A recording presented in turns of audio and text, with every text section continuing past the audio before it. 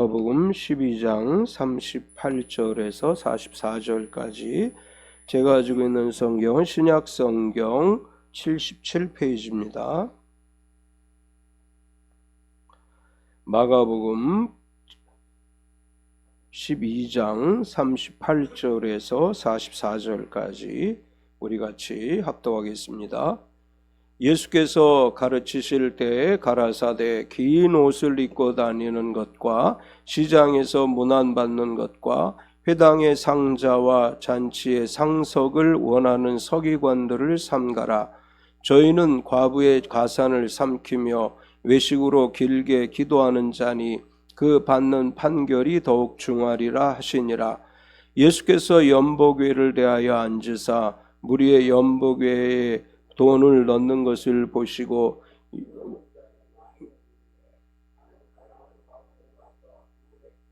곧 한 고드란트를 넣는지라. 예수께서 제자들을 불러다가 이르시되 내가 진실로 너희에게 이르노니 이 가난한 과부는 헌금함에 넣는 모든 사람보다 많이 넣었도다. 그들은 다 풍족한 중에서 넣었거니와 이 과부는 그 가난한 중에서 자기의 모든 소유 곧 생활비 전부를 넣었느니라 하시니라. 아멘. 우리 214장 찬양하시겠습니다.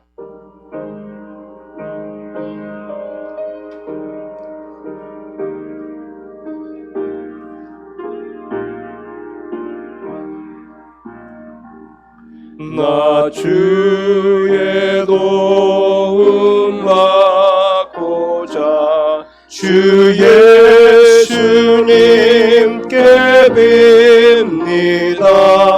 그 구원 허락하시사 날 받으소서. 내 모습 이대로 주 받아주소서. 날 위해 돌아가신 주 날 받아주소서.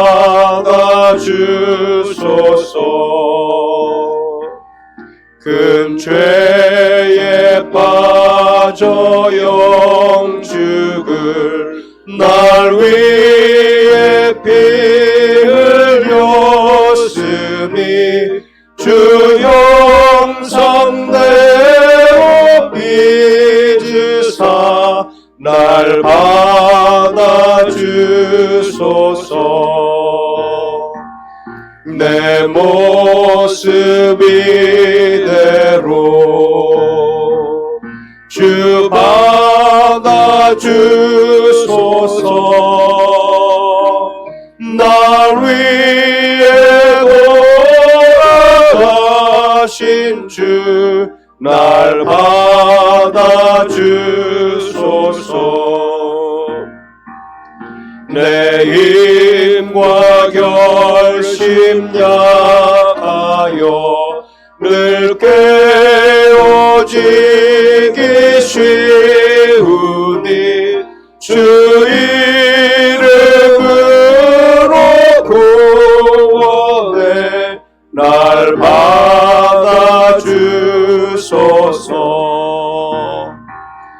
내 모습 이대로 주 받아주소서.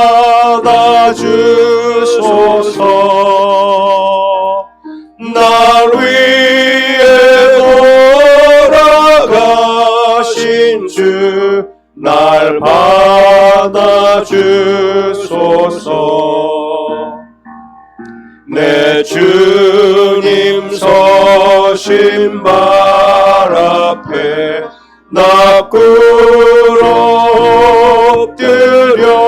엎드렸으니 그 크신 역사 이루게 날 받아주소서.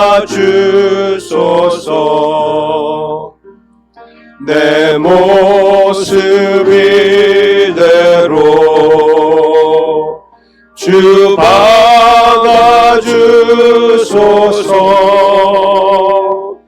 날 위해 돌아가신 주, 날 받아주소서.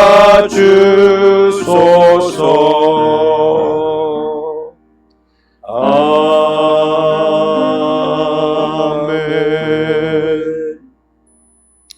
우리 서로 환영하겠습니다. 주님의 이름으로 당신을 환영합니다. 앞뒤 옆 사람을 박수로 환영하겠습니다. 주님의 이름으로 환영합니다. 우리 서로 축복하겠습니다. 몸은 건강하게, 마음은 평안하게, 삶은 행복하게. 아멘. 우리 날씨가 굉장히 좋죠. 가을 날씨. 이 가을에 우리 참빛교회 모든 가족이 건강하고 평안하고 행복한 하루하루 되시기를 축원합니다. 아멘. 하나님의 질문 주보에 있는 걸 읽어드리겠습니다. 창세기 3장에서 하나님은 선악과 범죄를 저지르고 숨어있는 아담에게 질문으로 나타나십니다. 아담아, 내가 어디 있느냐? 4장에서 하나님의 마음을 얻는 것에 실패하고 질투의 눈이 멀어 동생 아벨을 돌로 쳐 죽인 가인에게도 마찬가지였습니다. 가인아, 내 아우 아벨이 어디 있느냐? 하나님을 발견하려 애쓰던 욥에게도 폭풍 같은 질문으로 다가가셨습니다. 하나님은 질문을 통해 우리를 만나려고 하십니다. 초청장인 셈이지요. 우리는 하나님의 질문을 잘 새겨들어야 합니다. 복잡한 세상 속에서 어떻게 하나님의 질문을 들을 수 있을까요? 하나님의 질문을 들으라고 주신 게 바로 안식일 주일입니다. 안식은 휴식이라는 뉘앙스가 강하지만 히브리어 샤바트는 멈춰선다는 의미가 큽니다. 하나님의 질문 앞에 멈춰서는 걸 의미합니다. 주일은 하나님의 질문을 제대로 듣기 위해 하나님 앞에 멈춰서는 날이며 하나님의 질문에 대한 답을 준비하는 날입니다. 교회와 성도들이 다시금 하나님 앞에 멈춰서서 하나님의 질문을 잘 새겨듣고 하나님께서 기뻐하실 대답을 준비하는 변화를 갖기를 소망합니다.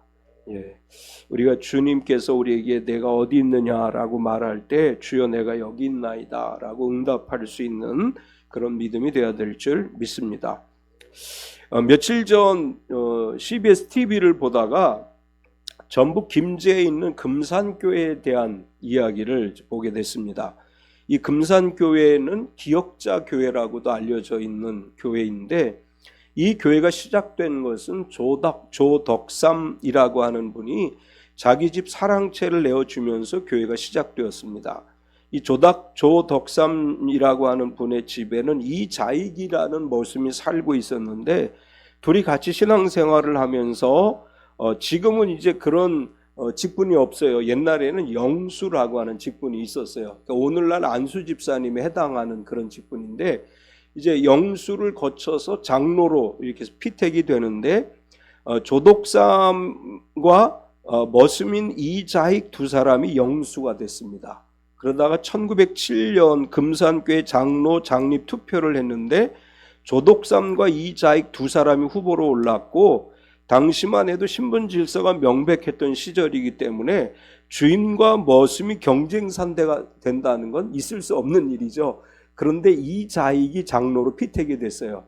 조덕삼 영수는 떨어졌어요. 근데 더 이 조덕삼이라고 하는 분이 얼마나 겸손한 분인가 하면 이분이 인사말을 했습니다. 우리 금산교회 성도님들은 참으로 훌륭한 일을 해냈습니다. 저희 집에서 일하는 이자익 영수는 저보다 신앙의 열의가 훨씬 높습니다. 그를 장로로 뽑아주셔서 참으로 감사합니다. 집에서는 이자익이 조덕삼을 주인으로 섬겼고 교회에 와서는 조덕삼 영수가 자신의 집의 머슴인 이자익 장로님을 열심히 잘 섬겼다고 해요. 그리고 나중에 신학교를 들어갈 수 있도록 모든 재정 지원을 아끼지 않았고 평양신학교에 들어가서 결국은 이제 목사 안수까지 받게 되고 이 조덕삼 영수는 3년 뒤에 장로가 되셨습니다.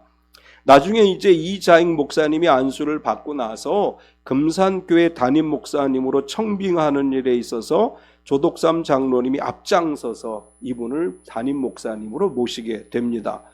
이제 금산교회를 세운 조덕삼 장로님은 아들과 손자까지 3대째 장로로서 그 교회를 섬겼다고 해요.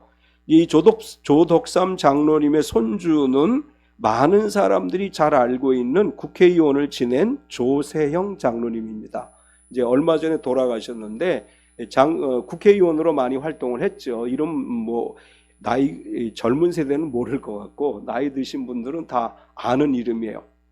이 조덕삼 장로님의 이야기를 제가 한 것은 양반과 상민의 계급 사회였던 조선시대에 자기 집 모습을 장로님으로 선택하고 섬겼다고 하는 거, 그리고 목사님이 될 수 있도록 도와주고 자기 교회 담임 목사님으로 모시고 와서 섬겼다고 하는 거, 그 시대에는 사실 쉽지 않은 일이죠.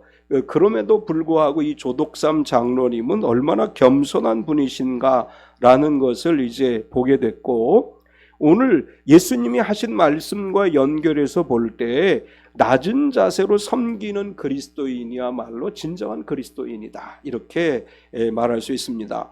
예수님은 그 시대 종교 지도자라고 할 수 있는 서기관에 대해서 말씀을 하셔요.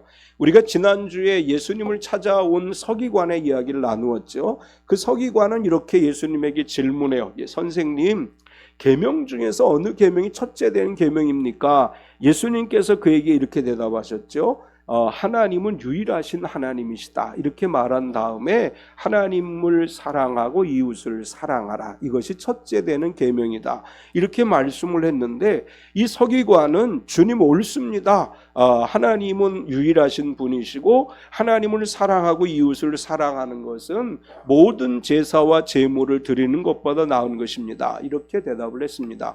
이 서기관은 당시 서기관 중에서 아주 특별한 믿음을 가진 사람이고, 일반적인 서기관에 대한 인식이 그 시대에 어떠했는지를 예수님이 말씀을 하셔요.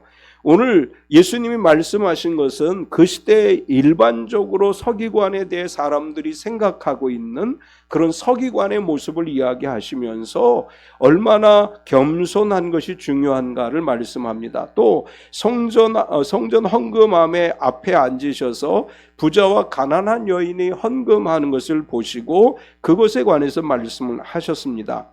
오늘은 두 가지 이야기를 이제 중심으로 해서 서기관과 가난한 여인이라고 하는 제목으로 은혜를 나누려고 합니다. 오늘 첫 번째로 우리가 발견할 수 있는 것은 신분을 과시하는 서기관의 이야기예요. 예수님은 그 시대 서기관의 일반적인 모습에 대해서 말씀하시면서 그들은 자신이 서기관인 것을 과시하는 사람들이라, 이렇게 표현을 하셨습니다. 예수님은 진정한 지도자는 겸손과 섬기는 사람인 반면에 서기관들은 자신들을 특별한 사람이라고 과시하는 경향이 있다, 이렇게 묘사하셨습니다. 예수님이 말씀하신 서기관의 모습은 긴 옷을 입고 다닌다, 이렇게 이제 말씀을 하십니다. 38절에 보면 예수께서 가르치실 때 이르시되 긴 옷을 입고 다니는 것과 시장에서 문안받는 것과, 예수님 시대의 서기관들은 긴 옷을 입고 다녔다, 이렇게 지적을 했는데, 당시의 기록을 보면 제사장이나 서기관 레위인들이 입었던 옷은 길고 밑에 술이 달린 흰색 가운 같은 옷을 주로 입었다 그래요. 그러니까 그런 옷을 입으면 저 사람은 서기관이구나, 저 사람은 제사장이구나, 레위인이구나 구분할 수 있는 그런 옷을 입고 다녔는데, 결국 이런 옷을 입고 다녔다는 것은 자신의 신분을 드러내고 자신이 어떤 사람이라는 것을 과시하는 효과가 있습니다. 우리 오늘날은 이 겉옷으로 사람의 신분을 이렇게 구분짓지는 않지만, 이 겉옷은 신분을 상징한다는 상징적 의미가 있죠. 그래서 어떤 옷을 입느냐에 따라서 그 사람을 바라보는 시선이 다르다, 이렇게 많은 사람들이 생각을 합니다. 많은 사람들은 다른 사람들에게 나를 잘 보이려고 내가 어떤 사람인가를 보여주고 싶은 욕망에서 자기 옷에 대해서 매우 신경을 쓰고 옷은 곧 자신의 신분이라고 생각하는 경향이 오늘날도 있습니다. 예수님 당시 서기관들은 자신이 어떤 사람인지 다른 사람들이 알아볼 수 있도록 평상시에도 서기관들이 주로 입는 옷을 입고 다녔다고 하는 것입니다. 일반인들은 서기관들이 주로 입는 옷을 입고 다니는 것을 보면 그 사람이 누군지 몰라도 저 사람은 서기관이구나 이렇게 생각을 하고 그 사람을 서기관으로서 예우를 해 주었다는 것입니다. 자신의 신분을 과시하기 좋아하는 사람들의 특징은 자신의 신분을 알아주고 그에 맞는 예우를 해 주기를 원하죠. 그래서 예수님이 지적하신 것은 서기관의 예우를 받기 위해서 긴 옷을 입고 다닌다 이렇게 말씀을 하신 것입니다. 또 이 사람들은 시장에서 문안받는 것을 좋아한다 이렇게 말씀을 하십니다. 38절 뒷부분에 보면 시장에서 문안받는 것과 유대 사회에서 서기관들은 일반 대중들로부터 존경을 받았다고 합니다. 사람들이 시장 같은 데서 서기관 복장을 하고 있는 사람을 보면 앉아 있다가 일어서서 경의를 표하고 존경의 예로 랍비여 선생님이여 이런 호칭을 했다고 합니다. 서기관들은 사람들이 자신들에게 존경하는 예를 표하는 것을 좋아해서 사람들이 많이 모이는 곳에 더더욱 긴 옷을 입고 다니면서 사람들로부터 문안받는 것을 좋아했다고 합니다. 이것은 대중의 시선을 한 몸에 받으려는 태도라고 할 수 있죠. 시장에 굳이 왜 긴 옷을 서기관 옷을 입고 가겠어요? 많은 사람들에게 예우를 받기 위해서 이제 그런 모습으로 다녔습니다. 예수님은 자신을 드러내는 걸 좋아하지 않으셨죠. 이제 예수님의 동생들이 이렇게 얘기해요. 자신을 드러내지 않는 사람은 없다. 그러니까 빨리 예루살렘으로 가서 드러내라. 이렇게 이야기할 정도로 예수님은 언제나 겸손하게 자신을 드러내지 않으셨습니다. 그러나 서기관들은 자신이 어떤 사람인지 드러내기를 좋아했고 사람들에게 랍비라고 선생님이라고 이렇게 불려지는 것을 좋아했고 많은 사람들에게 존경받는 사람이라고 하는 이제 그런 모습을 보이는 것을 좋아했습니다. 어쩌면 이런 마음은 대부분의 사람들이 갖는 마음일 수 있어요. 우리가 어디 가서 나를 무시하는 사람들을 보면 기분이 나쁘고 나를 존중해주면 기분이 좋고 하듯이 이 서기관들에게는 그런 감정이 더 심했다고 하는 것이고 누군가에게 인정을 받고 누군가에게 존경을 받고 많은 사람들이 있는 곳에서 내가 특별한 사람이라고 인정받는 것을 싫어할 사람은 없습니다. 아마도 대부분의 사람들은 그런 대우를 받는 것을 좋아할 것입니다. 이제 그런데 예수님 또 이렇게 말씀하셔요. 그들은 어디를 가든지 상석에 앉기를 원했다. 39절을 보면 회당의 높은 자리와 잔치의 윗자리를 원하는 서기관들을 삼가라. 회당의 상석이라는 것은 명망 있는 사람이나 공적인 이 지위를 가진 영적인 지위를 가진 사람들이 앉도록 준비된 것으로 그 앞에는 토라를 넣어두는 상자가 있고 모든 회중이 바라보기 좋은 자리라고 합니다. 서기관들은 안식일에 회당에 가면 누가 와서 여기 앉으세요 얘기하지 않아도 자기가 알아서 그 자리에 가서 앉았다고 하는 거예요. 잔치 윗자리라고 하는 것은 잔치를 할 때 제일 높은 사람들이 앉는 자리를 이야기하는 것이고 이제 제일 상석이라고 하는 것은 잔치 중심에 제일 안쪽에 있는 중심 자리를 이야기하는데 중앙에는 그 잔치의 주인공이 앉고 이 서기관들은 일반적으로 그 앞자리에 오른쪽에 앉아서 그날 그 자리에 온 모든 사람들을 볼 수 있는 그런 자리에 앉는 것이 일반적이라고 합니다. 잔치를 연 사람은 일반적으로 서기관들에게 그런 자리를 제공하고 심지어는 나이 많은 사람이나 잔치집의 부모보다 서기관을 우선시하는 경향이 있었다고 그래요. 서기관들은 잔치집에 가면 을에 거기에 자기들이 앉아야 된다고 생각을 하고 그 자리에 앉았다는 것입니다. 이제 오늘날 교회 지도자들도 그 시대 서기관들과 별반 다르지 않은 것 같아요. 교회 연합 행사나 이제 목회자들이 이렇게 모이는 모임에 가서 보면 항상 윗자리에 앉으려고 하는 분들이 있어요. 나는 밑에 앉으면 안 돼. 조찬기도회 예전에 할 때 보니까 문을 닫았는데도 불구하고 출입이 금지됐는데도 불구하고 강제로 문을 열고 앞자리까지 걸어 나가는 목사님이 있었어요. 그걸 보면서 이게 한국교회 목사님들이 이 모양이구나 이제 이런 생각을 했는데 예수님 시대의 서기관들이나 지금의 교회 지도자들의 모습이 예수님의 지적에도 불구하고 달라지지 않은 것 같다는 안타까움이 있습니다. 우리는 높은 자리에 앉아서 사람들로 하여금 존경받는 모습을 보이는 그리스도인이 아니라 낮은 자리에 앉아서 섬기는 그리스도인이 되어야 될 줄 믿습니다. 항상 겸손하게 높은 자리에 앉지 않아도 낮은 자리에 앉아서 허리를 숙이고 겸손하게 섬길 수 있는 것이 진정한 그리스도인의 모습이라고 할 수 있습니다. 두 번째는 하나님이 없는 종교인이다. 제가 이렇게 표현을 했는데, 예수님은 높은 자리를 선호하고 자신을 드러내기 좋아하는 서기관을 이야기하면서 그 사람들의 삶에는 하나님이 없다, 이런 표현을 쓰진 않았지만 예수님이 하신 말씀은 그런 의도예요. 하나님이 없는 종교인이다, 이런 의미로 말씀을 하십니다. 그들은 정말로 하나님이 계신다는 것을 믿는다면 그렇게 할 수 없음에도 불구하고 하나님 자리에 자신을 앉히려고 하고 하나님 대신에 자신이 최고라고 하는 생각을 하기 때문에 그런 일을 일삼는다, 이런 의미로 말씀을 하시는데, 특별히 이 서기관들, 하나님 종교 지도자들이라고 생각하고 사람들에게 존경을 받는 이 서기관들을 이렇게 지적을 하셨어요. 과부의 가산을 삼키는 자들이다. 40절을 보면 그들은 과부의 가산을 삼키며 외식으로 길게 기도하는 자니 그 받는 판결이 더욱 중하리라 하시니라.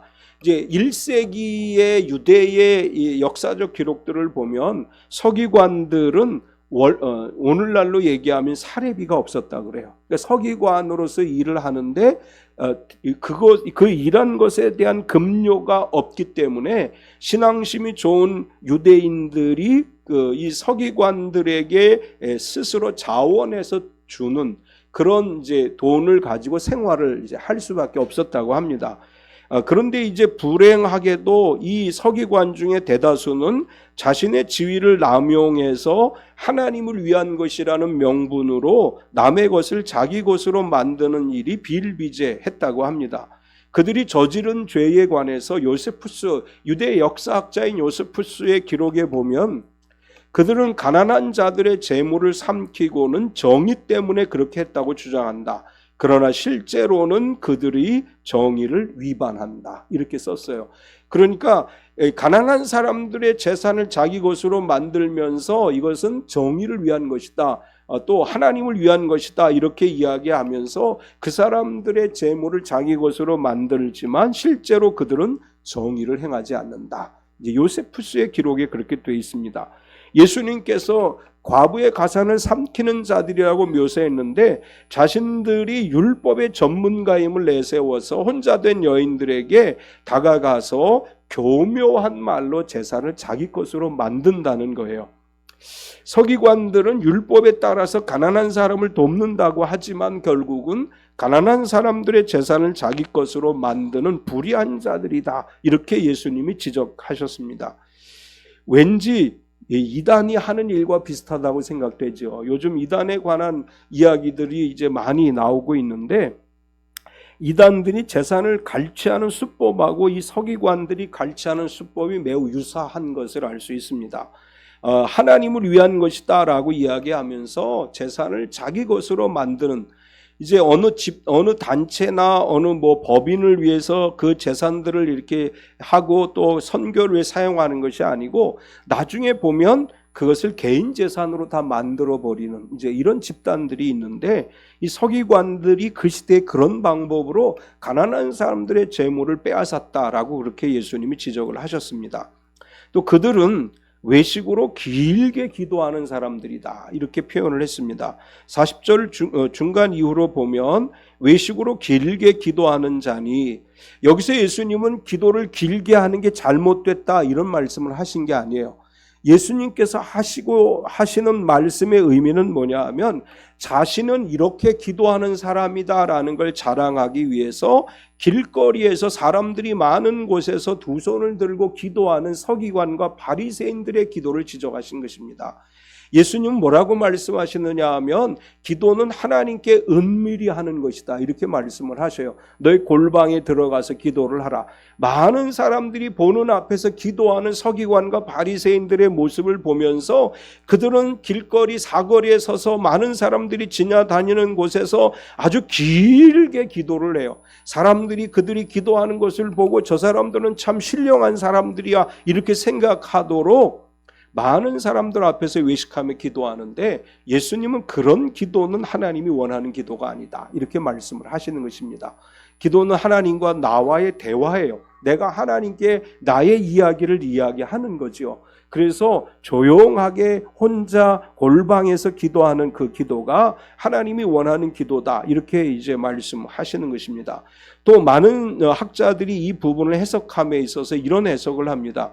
외식으로 길게 기도하는 자라는 말은 앞에 이제 과부의 가산을 삼키는 자라고 하는 이 표현과 연결해서 남의 재산을 갈취하고 그것을 감추기 위해서 마치 그 재산을 갈취한 것은 하나님의 뜻인 양 길게 그것에 관해서 기도한다는 거예요.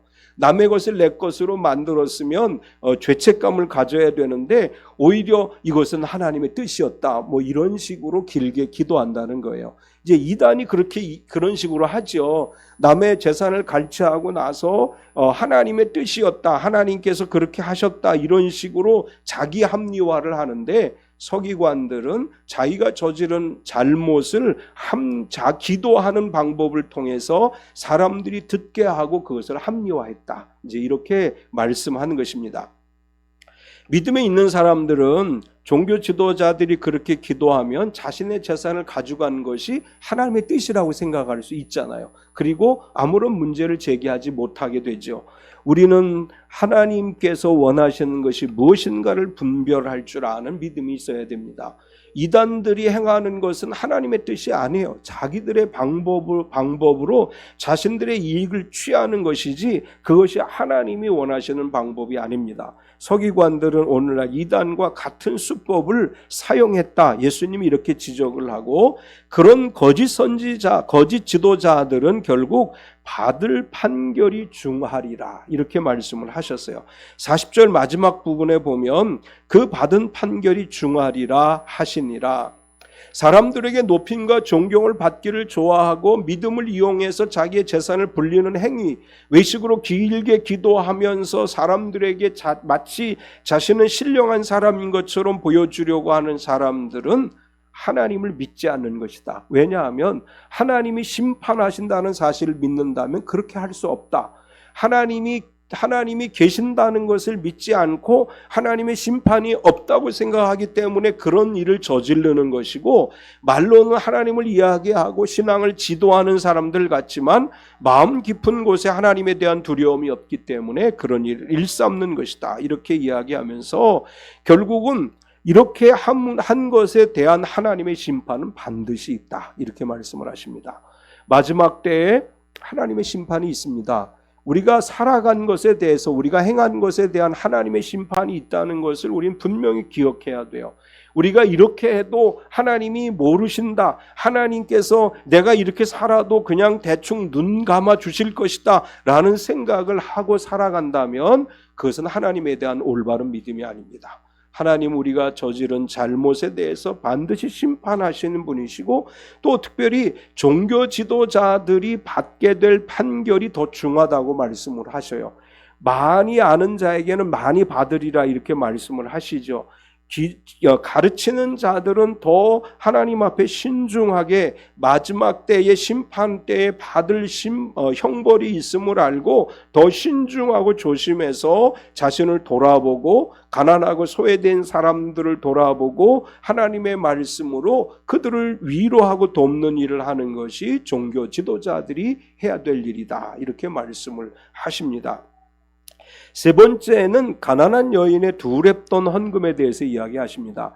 이제 38절에서 40절까지 말씀과 41절에서 44절까지 말씀은 이제 다른 이야기죠. 같은 시간대에 있었던 일은 아니지만 서로 연결되어지는 부분이 있기 때문에 마가가 이 글을 기록할 때 연결해서 기록을 했는데 예수님께서 성전에 가셔서 헌금 앞에서 헌금함에 헌금 넣는 것을 보셨습니다. 그리고 부자는 많이 넣었다. 41절을 보면 예수께서 헌금함을 대하여 앉으사 무리가 어떻게 헌금함에 돈 넣는가를 보실세 여러 부자는 많이 넣는데, 당시 성전에는 13개의 헌금함이 있었다 그래요. 이제 이 13개의 헌금함 중에서 9개의 헌금함은 일반 제물 대신에 드리는 헌금, 그리고 성전세를 드리는 헌금, 이것을 9개 헌금함에 넣고 이 9개 헌금함에서 이제 거두어 드린 돈은 성전을 운영하는 데 사용했다고 합니다.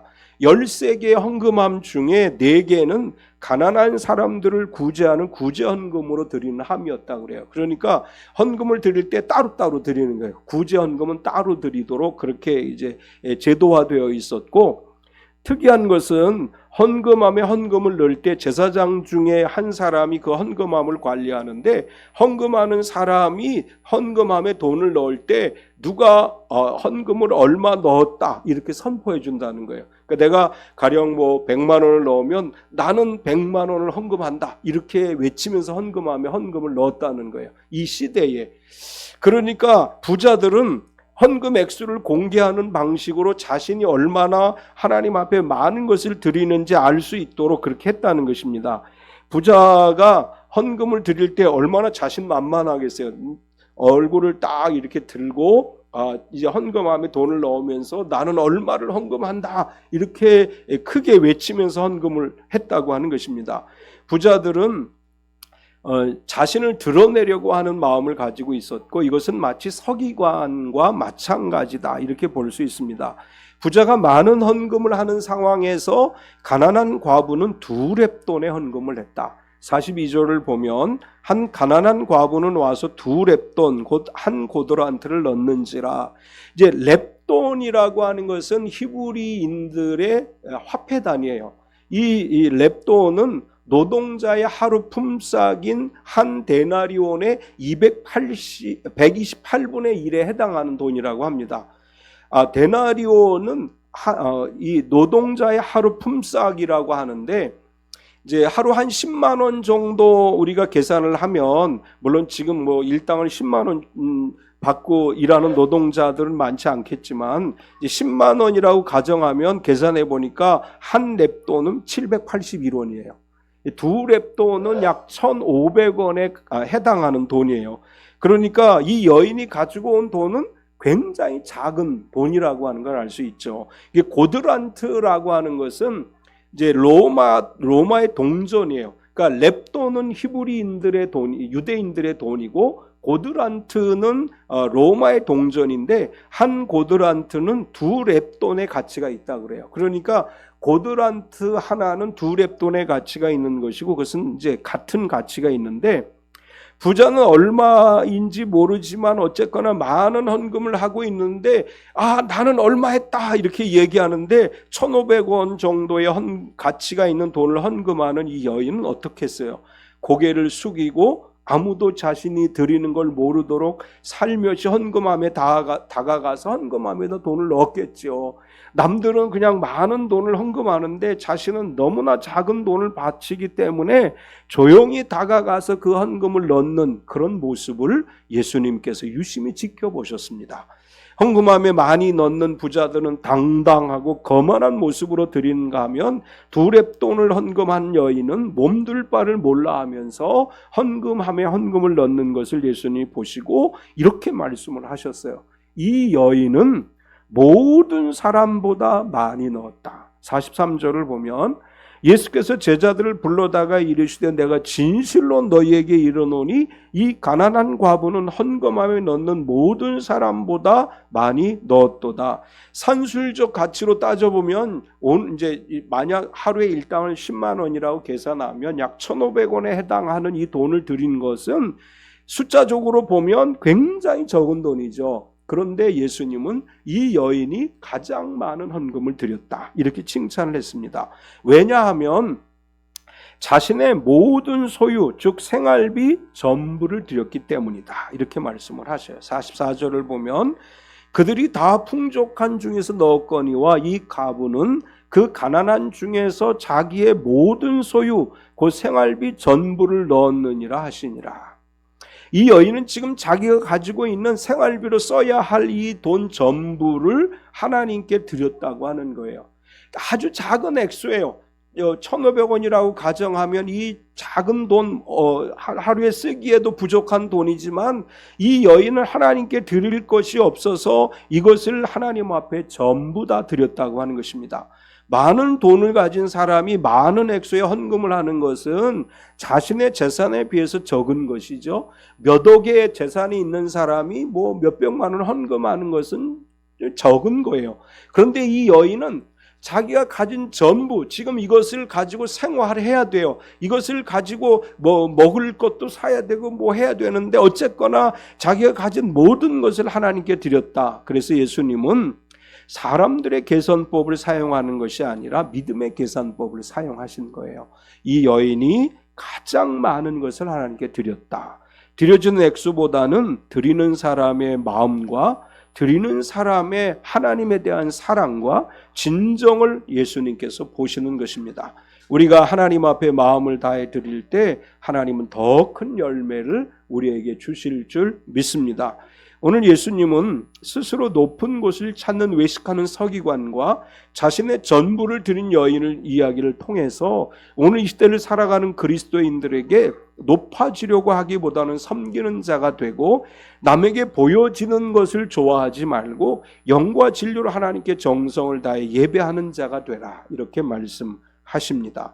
허리를 동이고 섬기는 자가 되고 마음을 다해 하나님을 섬기며 예배하는 예배자의 삶을 살아가는 참빛교회 모든 성도가 되고, 그래서 하나님이 주신 하늘의 복을 누리는 복된 삶이 되시기를 축원합니다. 하나님 아버지 감사합니다. 우리가 이 땅을 살아가면서 사람들에게 인정을 받고 높임을 받으려고 하기보다는 허리를 숙이고 섬기는 자가 되고 항상 겸손한 자리에 머물게 하여 주시옵소서. 하나님께서 예수 그리스도를 이 땅에 보내주셨을 때 하나님이신 예수님이 낮고 낮은 인간의 몸으로 이 땅에 오셨습니다. 그것도 말구유에 오셨고 우리를 위해 모든 걸 내어주며 섬기셨습니다. 우리 참빛교회 성도들이 섬기는 그리스도인들이 되게 하여 주시고 언제나 겸손한 그리스도인이 되게 하여 주시옵소서.